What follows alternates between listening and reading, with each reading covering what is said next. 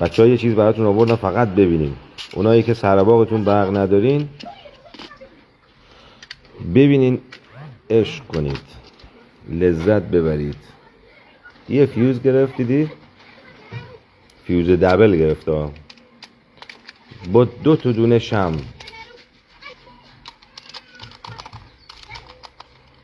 چون شم مقاومت ایجاد میکنه. بعد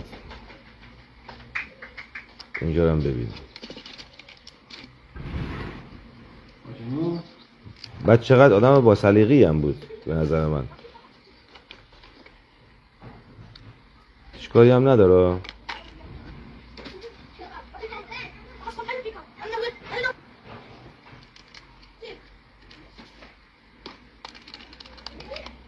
دیگه منت دیار و شورای روستاتون رو نکشین.